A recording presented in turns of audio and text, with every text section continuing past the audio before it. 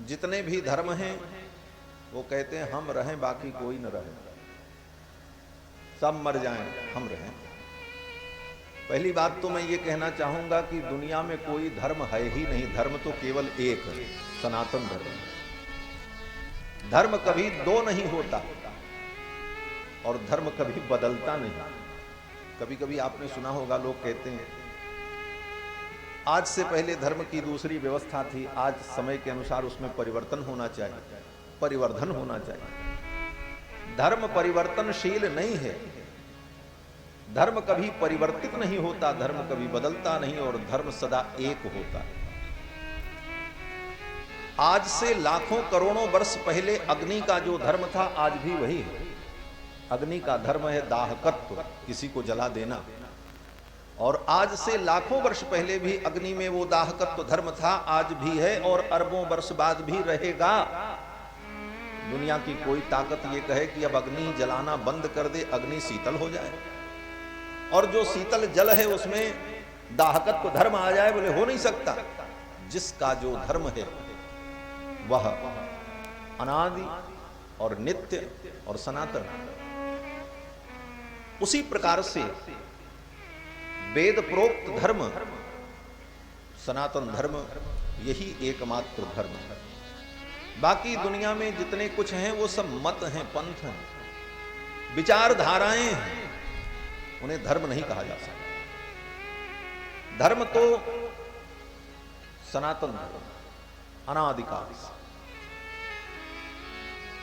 सनातन। सनातन हम सभी लोग कहते हैं, लेकिन सनातन का मतलब क्या है?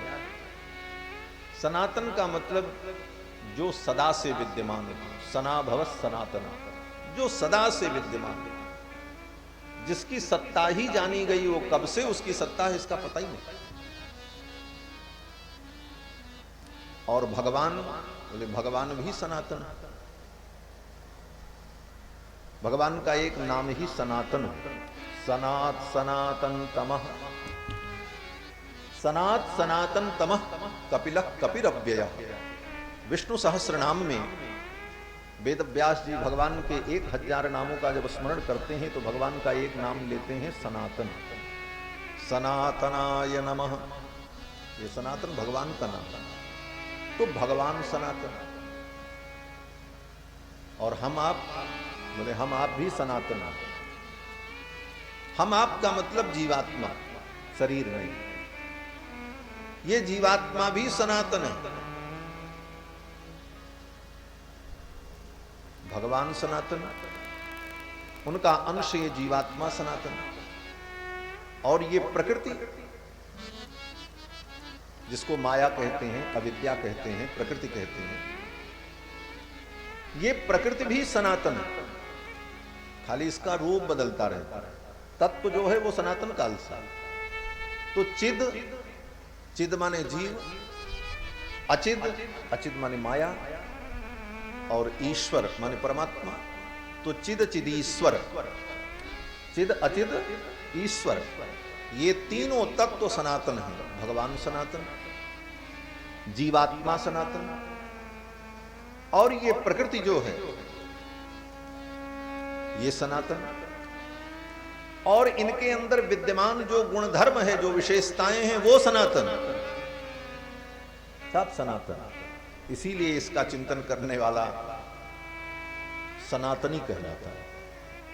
सब कुछ सनातन है। तो विशुद्ध धर्म सनातन धर्म अनादि और नित्य है।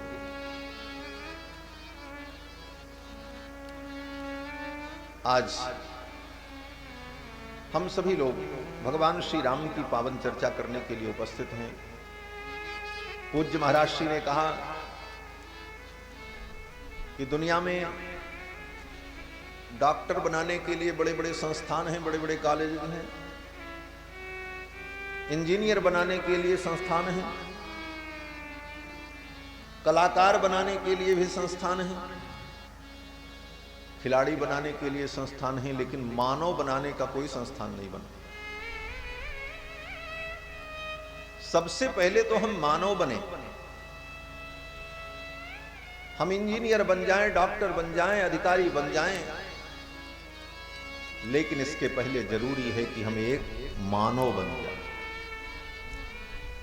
इसीलिए मानव बनाने के लिए ही ये कथा एक पाठशाला है, जिस पाठशाला में मानवता का धर्म सिखाया जाए। और श्रीमद् रामचरितमानस राम कथा का गोस्वामी तुलसीदास जी ने जब वर्णन किया तो अंत में यही कहा कि इस कथा को सुनोगे तो तुम वास्तव में मानव बन जाओगे। तुम संसार के ताप से मुक्त होकर के मानवता के स्वरूप को प्राप्त कर लोगे। ते संसार पतंग घोर निकरई दहियंतिनो मानवा। यही अंतिम वाक्य गोस्वामी तुलसीदास जी ने। इस कथा को सुनकर, पढ़कर, समझकर हम सच्चे मायने में मानव बन पाए। भगवान श्री राम की पावन कथा ये भारतीय संस्कृति का स्वरूप है। भगवान की कथा में ही भारतीय संस्कृति बसी हुई। भारतीय संस्कृति के विविध रूप, विविध आयाम अगर देखने हैं तो भगवान की कथा का चिंतन।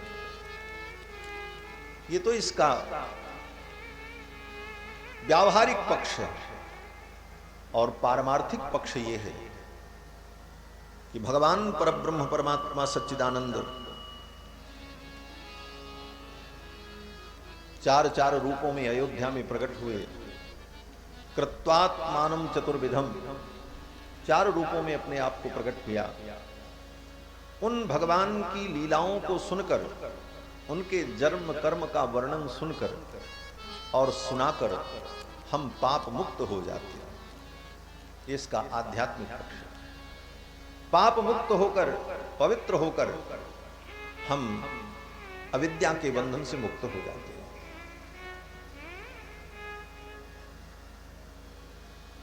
ये भगवान का जन्म कर्म हम क्यों सुने? तो एक संत कहते थे कि देखो, हम संसार के बंधन में क्यों पड़े हैं?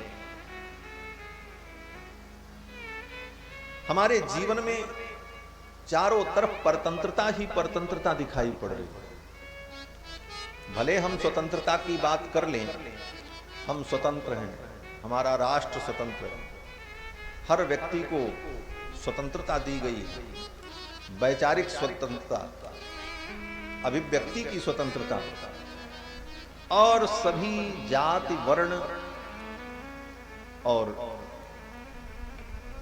पंथ के लोग स्वतंत्रता की मांग करते हैं। हमको इस प्रकार की स्वतंत्रता दी जाए।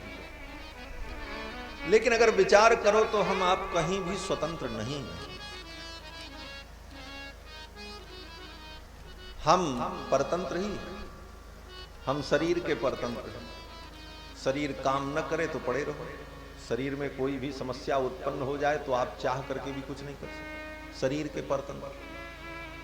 ले हम दान पुण्य कर लें, बोले धन के परतंत्र, धन हो तभी कर सकते। धन की परतंत्रता, शरीर की परतंत्रता, काम क्रोध लोभ के हम परतंत्र हैं।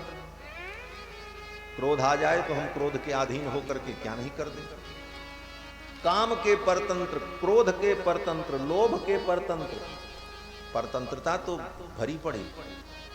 फिर भी हम कहते हैं हम स्वतंत्र। और ये परतंत्रता, काम क्रोध लोभ मोह, ईर्ष्या द्वेष छल कपट, इन विकारों की परतंत्रता में हम जकड़े हुए। इन परतंत्रताओं में हम क्यों बंधे? तो कहते हैं कि हम सदा इसी का चिंतन करते हैं, इसीलिए इसी में बंधे रहते हैं। ये संसार के जन्म चक्र में हम क्यों पड़े? कहते हैं दिन भर हम जन्म चक्र का चिंतन करते हैं, इसीलिए जन्म चक्र में ही पड़े। हम किसी से मिलते हैं तो एक दूसरे के जन्म कर्म की ही चर्चा करते हैं। सामने वाला व्यक्ति का कर्म क्या है, उसका जन्म क्या है। हम एक दूसरे के जन्म कर्म की सांसारिक चर्चा ही करते रहते हैं, इसलिए संसार के जन्म कर्म के चक्कर में पड़े। तो बोले इससे मुक्ति का उपाय क्या है? तो कहते संसार के लोगों के जन्म कर्म का वर्णन मत करो। ये संसार के प्राणियों का जन्म कर्म अदिव्य है, ये दिव्य नहीं। अदिव्य प्राणियों के जन्म कर्म का वर्णन करने का परिणाम कि तुम भी उसी प्रकार जन्म कर्म में पड़े रह जाओ। तब तो भगवान कहते हैं कि मेरा जन्म कर्म जो है वो दिव्य है। गीता में भगवान ने कहा जन्म कर्म च मे दिव्यम। भगवान कहते मेरा जन्म मेरा कर्म दिव्य है और तुम्हारा बोले अदिव्य। संसार के प्राणियों का जन्म कर्म अदिव्य है, इसमें कोई दिव्यता नहीं। दिव्यता तो भगवान के जन्म कर्म में है। स्वयं भगवान कहते हैं जन्म कर्म च मे दिव्यम एवं यो वेत्ति तत्वतः। इसको जो तत्वतः जानता है, जो मेरे जन्म कर्म को ठीक ठीक समझता है, इसका वर्णन करता है, इसे सुनता है, उसे क्या मिलता है? तो भगवान कहते हैं त्यक्त्वा देहं पुनर्जन्म नैति मामेति सोऽर्जुन। हे अर्जुन, त्यक्त्वा देहं, इस शरीर को त्यागने के बाद फिर वो संसार के जन्म कर्म में नहीं पड़ेगा। तो जन्म कर्म से मुक्त होने का उपाय क्या है? बोले संसार के प्राणियों का जन्म कर्म छोड़कर भगवान के जन्म कर्म का वर्णन सुनो। और भगवान के जन्म कर्म का ही वर्णन रामायण, राम जी का चरित्र, राम जी का जन्म, उनकी लीला, उनके कर्म। भागवत क्या है? भगवान श्री कृष्ण का जन्म, उनका लीला, उनका चरित्र, उनके कर्म। तो भगवान जो दिव्य हैं, उन दिव्य परमात्मा के जन्म कर्म का वर्णन हमें दिव्य बना देता। हम सांसारिक जन्म कर्म के चक्कर से मुक्त होकर दिव्यता को प्राप्त करते हैं। इस दृष्टि से बड़े बड़े महापुरुषों ने, संतों ने भगवान के पावन चरित्र का गान किया, भगवान के चरित्र को गाया। और संसार में चरित्र की ही पूजा होती है, चित्र की पूजा नहीं होती। लोग कहते महाराज हम अमुक व्यक्ति के चित्र की पूजा करते हैं। चित्र की पूजा नहीं होती। चित्र तो बहुत से लोगों के, हमारे आपके सबके चित्र बन जाते हैं। चित्र बनाना कौन सी बड़ी बात। आजकल तो सबके पास ही विचित्र यंत्र रखा है, जब चाहे तब बना। उस विचित्र यंत्र से हर व्यक्ति सबका चित्र बना लेता है, लेकिन किसी के चित्र की पूजा नहीं। पूजा भगवान के चित्र की होती है, क्योंकि उनका चरित्र, पूजा चरित्र की होती है। और भगवान का वो दिव्य चरित्र ही हमको भगवान से जोड़ने वाला है। इस ग्रंथ का नाम क्या है? श्रीमद् रामचरित मानस। ग्रंथ का नाम है श्रीमद् रामचरित मानस। श्रीमद् राम, इसका तो अर्थ सीधे सीधे आप समझ ही रहे हैं। श्री से युक्त प्रभु श्री राम, श्रीमद् राम। श्री का मतलब वैभव, ऐश्वर्य, यश, कीर्ति, ये सब श्री का अर्थ है।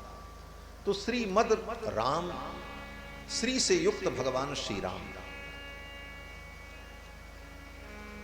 और उसके बाद दूसरा शब्द क्या है? चरित्र। श्रीमद् राम चरित्र। और तीसरा शब्द मानस। अर्थात मानस का मतलब एक दूसरा अर्थ में कह रहा हूं, भाव की दृष्टि से। मानस का मतलब हमारा आपका मन, हमारा आपका चित्त। हम आप ही मानस हैं। इसीलिए व्यवहार में कहते हैं ना, जनमानस की ये आकांक्षाएं हैं। जनमानस, समाज को कहते हैं ना जनमानस। तो मानस का मतलब हम आप, और हम आप भगवान श्री राम से जुड़ना चाहें तो साधन क्या है? बोले मानस इधर है और श्रीमद् राम इधर है। और दोनों के बीच में क्या है? बोले चरित्र, श्रीमद् रामचरित मानस। एक तरफ मानस, एक तरफ प्रभु श्री राम, और दोनों के बीच में है चरित्र। ये भगवान का चरित्र, भगवान की कथा ही हमारे मानस को श्री राम से जोड़ देती। और जब हमारा मन, हमारा चित्त प्रभु श्री राम से जुड़ जाए, यही परम लाभ है, यही परम उपलब्धि है। बाकी सारी उपलब्धियां क्षणिक हैं और नाशवान हैं। दुनिया की जितनी उपलब्धियां हैं सब नाशवान हैं। बड़े से बड़ा पद आपको मिल जाए, एक दिन वो पद छूट जाएगा, वो पद नहीं रहेगा। चाहे राष्ट्रपति बन जाओ, चाहे प्रधानमंत्री बन जाओ। अरे और की तो बात छोड़ो, राष्ट्रपति प्रधानमंत्री, ब्रह्मा का भी पद मिल जाए तो वह भी एक दिन छूट जाता है, वो भी नित्य नहीं है।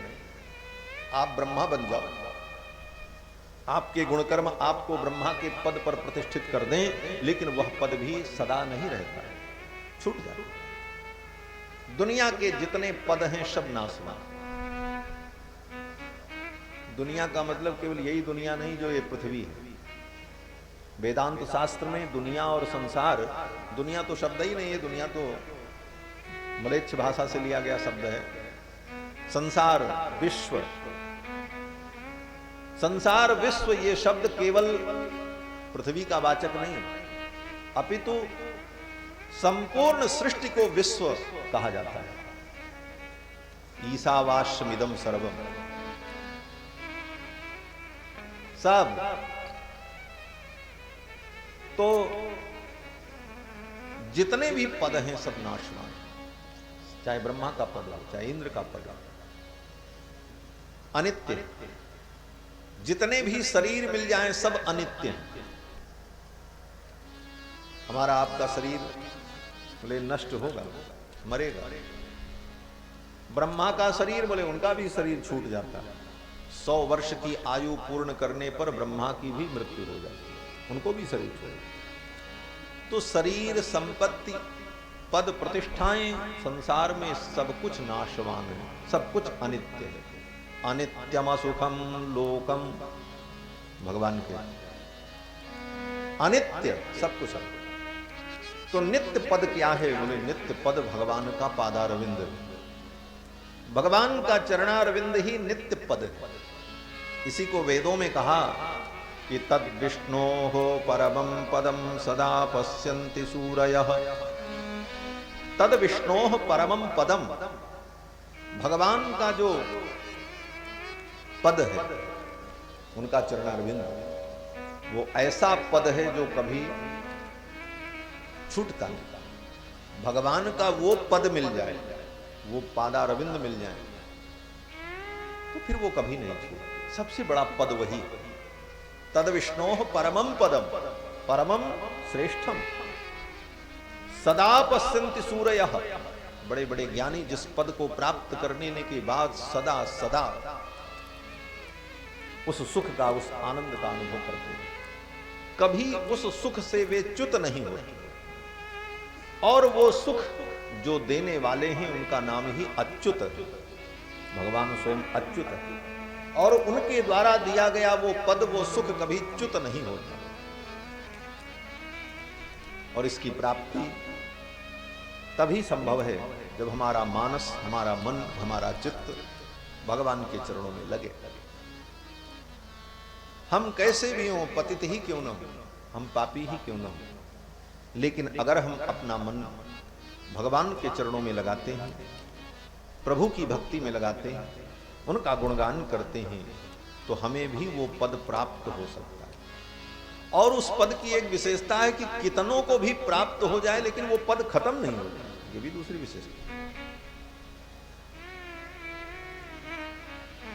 इस दुनिया में, इस भारतवर्ष में प्रधानमंत्री का एक पद है। सारी दुनिया चाहे, भारत के सभी लोग चाहे हम प्रधानमंत्री बने तो नहीं बन सकते, क्यों? बोले पद एक ही है। और विषय के जो पद हैं किसी भी विभाग में, बोले उसकी भी एक सीमित संख्या है, उससे ज्यादा लोग हो ही नहीं सकते, क्यों? बोले उतने ही पद हैं। लेकिन भगवान का पद ऐसा पद है, उनका पादारविंद, कि अनादिकाल से कितने जीवों ने उस पद को प्राप्त किया, लेकिन आज भी प्राप्त कर रहे हैं और प्राप्त करते रहे। वो पद कभी खत्म ही नहीं होता, अनंत का पद।